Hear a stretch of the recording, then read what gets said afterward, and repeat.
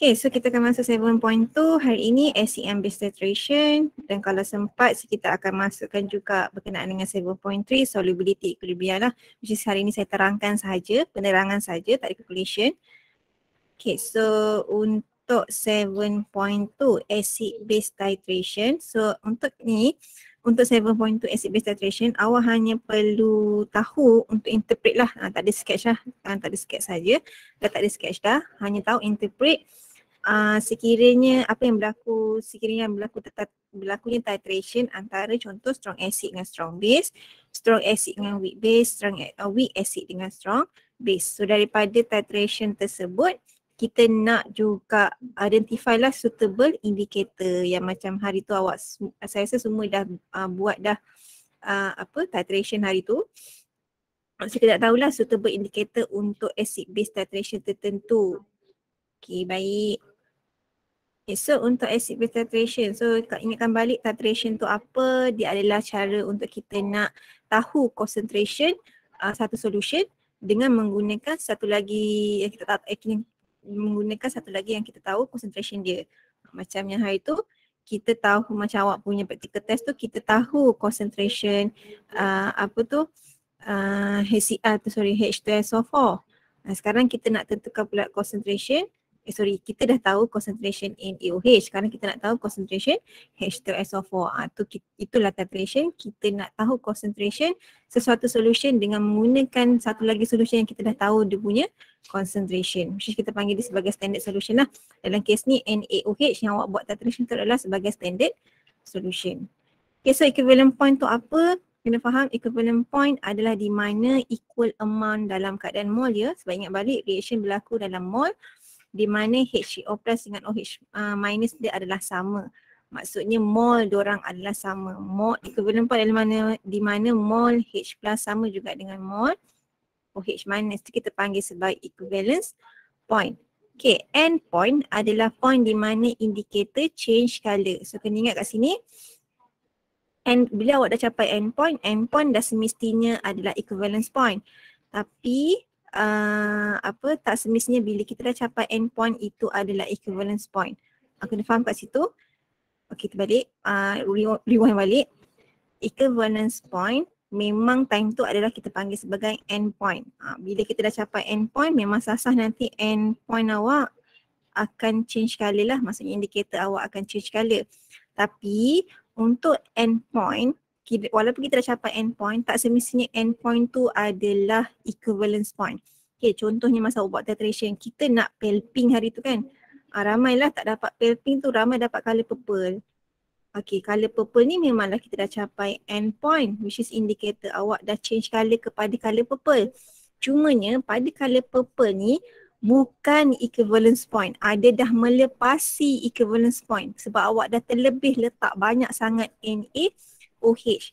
Tapi kalau colour pale pink tu, itu patutnya kita kena dapatkan titration awak pale pink. So pale pink tu yang kita nak, which is time ni juga end point awak, which is kita capai end point, indicator dah change color. Dan pada pale pink ni juga kita dah capai equivalence point. So kena faham kat sini. Equivalence point, yes, equivalence point dah capai end point, tapi end point tak semestinya equivalence point. Dia macam tu. Okay, indicator tu apa? Indicator tu adalah satu substance yang ada color difference dalam acidic ataupun basic solution. So macam itu kita guna phenolphthalein. Phenolphthalein dalam keadaan dalam acid dia akan colorless lah, tapi dalam basic dia akan jadi color purple. Sebab tu hari tu siapa terlebih letak NaOH, dia punya conical flask tu tukar jadi color purple. Sebab maksudnya phenolphthalein akan tukar color dalam keadaan basic. Okay, ini adalah hari tu awak dah buat lab report itu. Ini adalah gambar raja ataupun diagram untuk titration. So ingatkan balik lah, saya ingatkan kembali. Yang dalam burette ni adalah kita panggil sebagai titrant. Iaitu kita dah tahu dah dia punya concentration. Yang dalam conical flask ni lah kita panggil sebagai analyte, di mana kita tak tahu lagi dia punya concentration. Macam hari tu, awak punya titration dalamnya kita letak NaOH, yang dalam ni awak letak H2, diluted H2SO4. Okay. So indicator, okay, so not only indicator change color at the same pH sebab dia ikut pada range pH tu lah. So kita nak pilih indicator tu, dia kan kita kena depends pada sama ada awak punya acid dengan base tu strong ataupun weak. Sebab kenapa? Contoh nama hari tu kita guna phenolphthalein lah. Sebab kenapa kita guna phenolphthalein? Range dia adalah daripada 7 ke atas lah. Bila kita nak tukar color dia 7 ke atas. So suitable untuk strong acid dengan strong base. Tapi tak semua sama range dengan phenolphthalein. Okay, so kita nak choose the proper indicator tu lah. Ya, Faisha nak cakap ke apa-apa ke?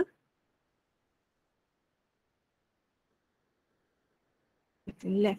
Okay, by choosing the proper indicator for titration, we can use the endpoint to determine the equivalence point. So untuk setiap titration, kita kena depends lah sama ada awak punya titration tu melibatkan strong ataupun weak.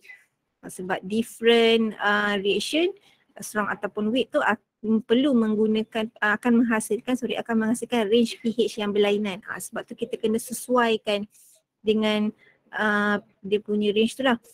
Okay, ni metal orange. Metal orange color dia macam orange lah. Kalau endpoint patutnya kita nak warna orange lah sebenarnya.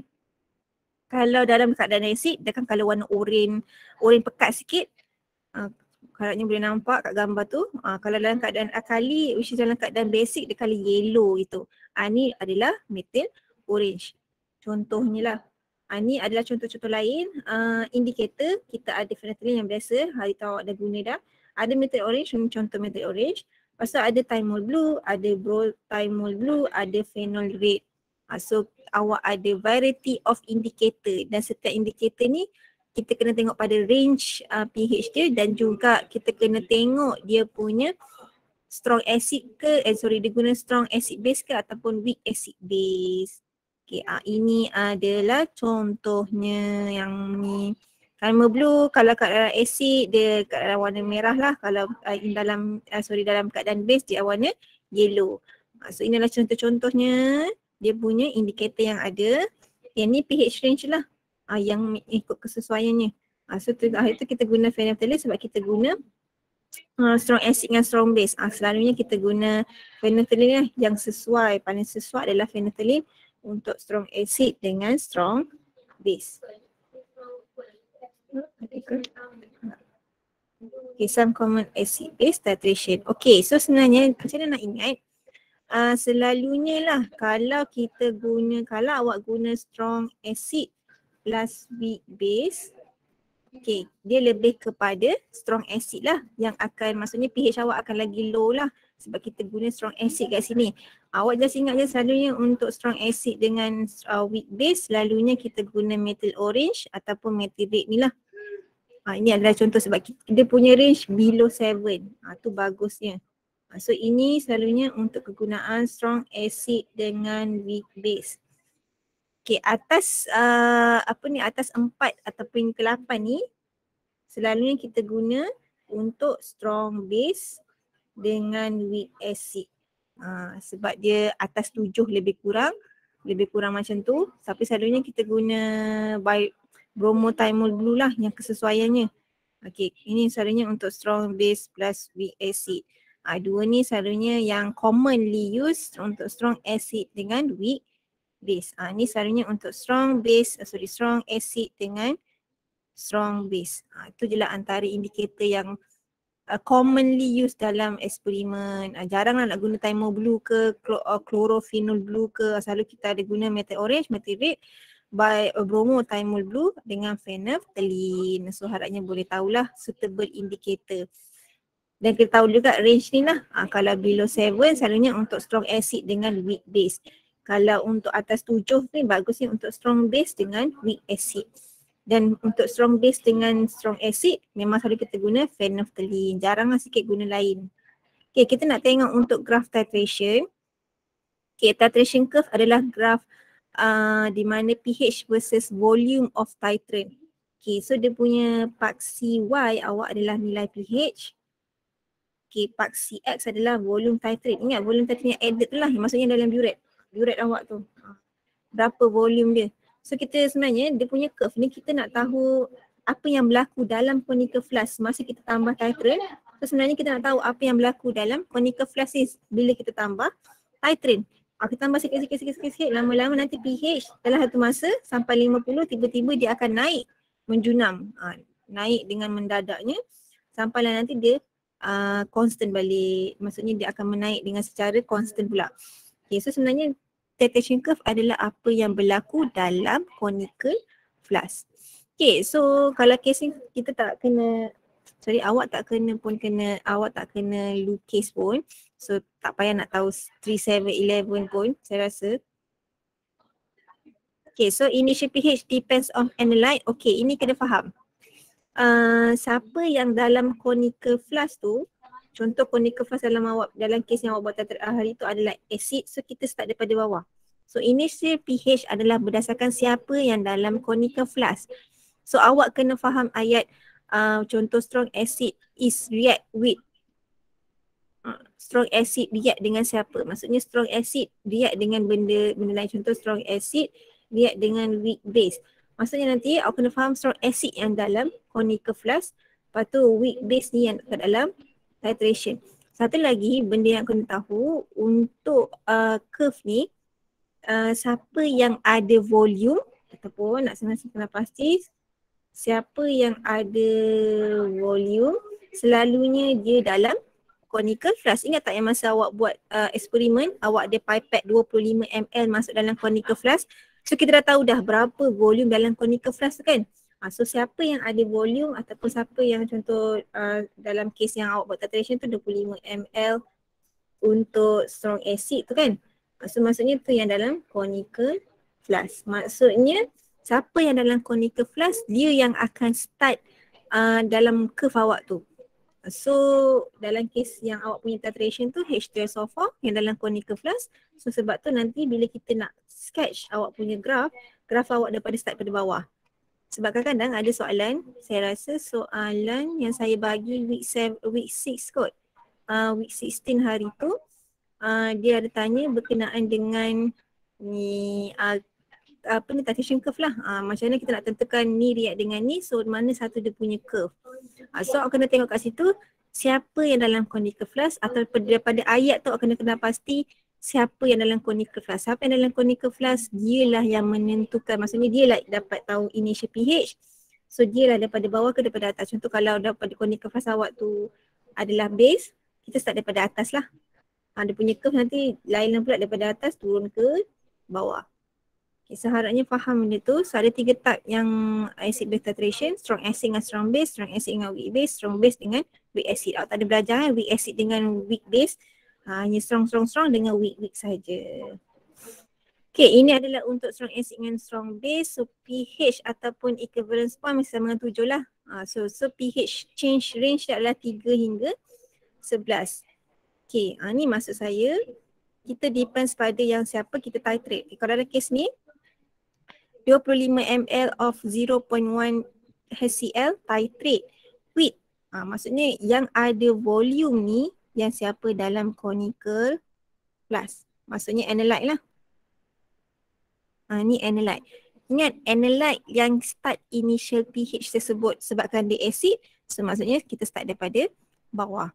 Tapi untuk yang curve yang seterusnya, kita tahu volume NaOH. Bermaksud NaOH awak adalah analyte. HCl awak sebagai titrate pula dalam kes ni. So ingat analyte yang akan menentukan initial pH. So sebabkan dia base, kita start daripada atas. So equivalence point ni yang tengah-tengah. Equivalence point dia 7. Dia tengah-tengah antara awak punya graf tu, bagi 2 lah. So dapat dah tengah-tengah dia 7. Which is sebenarnya yang ni pH changes ni lah yang start daripada antara 3 hingga 10. Yang ni 3 hingga 10. So ini middle dia adalah 7 sebenarnya. So harapnya boleh faham yang pasal siapa yang start dulu. Okay, ini suitable indicator. Kita boleh guna methyl rate pun boleh sebenarnya juga. Tapi jarang lah sikit. Selalunya kita guna phenolphthalein ataupun bromothymol blue lah. Suitable indicator yang sesuai untuk strong acid dengan strong base. Okay, so ini adalah contoh kalau kita guna indikator lain. Macam mana kita nak tentukan dia punya change of colour. Sebab tu bagusnya antara phenolphthalein dengan bromothiomer lah. Sebab kita nak dia punya equivalence point ni, kita nak dia punya equivalence point. So sebab kena ingat equivalence point lah di mana dia punya reaction tu dah cukup dah. Maksudnya dah react dengan completely react. So dia, kenapa? Sebab dia punya mol OH, H plus dengan OH minus adalah sama equivalence point. Kita nak capai equivalence point sebenarnya. So sebenarnya yang paling sesuai adalah suitable indicator bromothiomer blue ataupun phenolphthalein. Sebab dia dalam range perubahan color tu ataupun range reaction tu berlaku. So bagusnya adalah untuk dua indikator ini. Okay, kita tengok untuk titration yang lain, strong acid dengan weak base, equivalence point adalah 5, lebih kurang 5. Sebab dia kena pH bawah 7, sebab ingat dia adalah strong acid, so dia lebih kepada acid lah. So dia mesti bawah 7, tapi tak adalah bawah 7 sampai 2, 3, dia bawah 7 sedikit sahaja. Ni pun maksud saya, so kalau ni pH range je, perubahan pH yang graf dia yang nak turun ni, ataupun yang antara tengah-tengah ni adalah 3 hingga 7. So tengah-tengah dia adalah 5 lebih kurang equivalence point dia. Okay, so dalam kes ni kena tahu juga ni maksudnya analyte awak adalah base lah. Maksudnya siapa dalam conical flask tu adalah base. Sebab kenapa kita start initial kita dengan more than 7 which is base lah. Kalau yang belah kanan ni kita start daripada bawah, maksudnya kita start dengan acid. Maksudnya acid awak adalah analyte. Analyte tu yang dalam conical flask. So kena faham. So ini juga dia punya dalam pH range dia 3 hingga lebih kurang 7 lah. Dia punya pH change tu. Okay, so ini strong acid dengan strong base. So kalau tengok kat sini yang suitable indicator adalah methyl rate. Sebab range perubahan color tadi kita dah tengok dah, dia punya range untuk methyl rate adalah lebih kurang 3 ataupun 2, 3 hingga 7. Sesuainya 3 hingga 6 lebih kurang. Dia dalam 5 tu. So dia dalam range 5 tu yang kita nak. Okay, so ini adalah, so methyl rate adalah yang sesuai untuk strong acid dengan weak base. So kalau perasan kat sini ada buffer region. Kat atas ni ada buffer punya region. So ingat balik buffer punya region dia berkenaan dengan apa tu namanya, ni adalah acidic, basic punya buffer punya region lah, acidic buffer solution. Tapi kat atas ni lah, bila once kita tambah lagi HCl, memanglah awak punya pH lagi tambah lagi banyak, lagi akan berubah lah dengan lagi mendadak. Sebab itu kita belajar buffer, perubahan pH dia hanyalah akan berubah sedikit saja sekiranya kita letak sikit je. Kalau letak banyak, of course lah berubah pH tu dengan lebih banyak. So kena pastilah daripada graf tu analyte, siapa analyte awak punya dalam conical flask tu siapa, and then suitable indicator untuk titration tersebut, dan kena pasti yang sebenarnya daripada starting tu adalah buffer punya region. So sebenarnya kalau kat sini untuk yang belah kanan ni, kat sini adalah buffer punya region lah. Kalau dalam case ni untuk acidic buffer solution punya region. Yang ni untuk basic buffer solution punya region. Untuk yang curve yang belah kiri ni pula, ni untuk tadi saya tulislah basic untuk buffer solution. Yang ini adalah region untuk acidic buffer solution. Sebab kenapa ada berkaitan dengan buffer? Sebab awak ada guna weak base kat situ. Ingat strong acid, acid dengan base akan produce garam. So ada garam tu ada contain conjugate acid untuk weak base awak tu juga. So sebab tu adalah acidic buffer solution ataupun basic buffer solution dalam awak punya titration tu juga. Okay, ini untuk weak acid dengan strong base. So equivalence point dia mesti atas 7 lah, more than 7 sebab dia lebih kepada base. So pH range lebih kurang 7 hingga 11. So ini adalah pH range dia. Okay, so kena ingat balik analyte, kalau ni kita start dengan base, maksudnya kalau yang ni kita start dengan acid. Nama pun weak acid So bila kita start dengan acid, tak bolehlah kita start dengan kosong sebab dia bukan strong acid. Dia adalah weak acid. So bila weak acid kita tak boleh start daripada kosong, kita start daripada atas sikit daripada kosong lah. Mungkin 1, 2, 3. Dalam kes ni dia start dalam lebih kurang 2. Sebab kalau strong acid barulah kita boleh start dengan 1 ataupun nak dekat dengan kosong. So kena take note kat situ untuk weak acid lah. Untuk lagi-lagi paksi kita bila kita nak start dengan analyte. bila awak punya acid tu menjadi analyte. Okay, so suitable indicator dalam kes ni adalah phenolphthalein juga. Kenapa phenolphthalein adalah range atas 7? Yang bagus juga untuk phenolphthalein. Maksudnya untuk kes ni boleh guna phenolphthalein. So ingatkan balik ada buffer region juga sebabkan kita ada guna weak acid. Okay, so apa dia punya buffer region? Kalau kes ni kat sini lah. Ni buffer region dia, sama juga kesnya. Okay, so kena faham kat situ untuk awak punya titration weak acid dengan strong base ataupun weak base dengan strong acid ada buffer region. Okay, so dia punya kes ni suitable indicator adalah phenolphthalein. So untuk yang curve ni, untuk titration untuk 7.2 apa yang perlu tahu, kena tahu identify graph tu.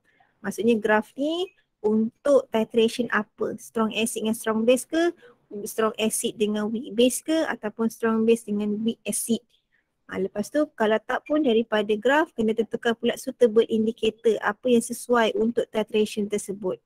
Itu je lah saya rasa soalan yang boleh tanya untuk curve tersebut sebab awak tak boleh sketch pun soalan objektif je pun.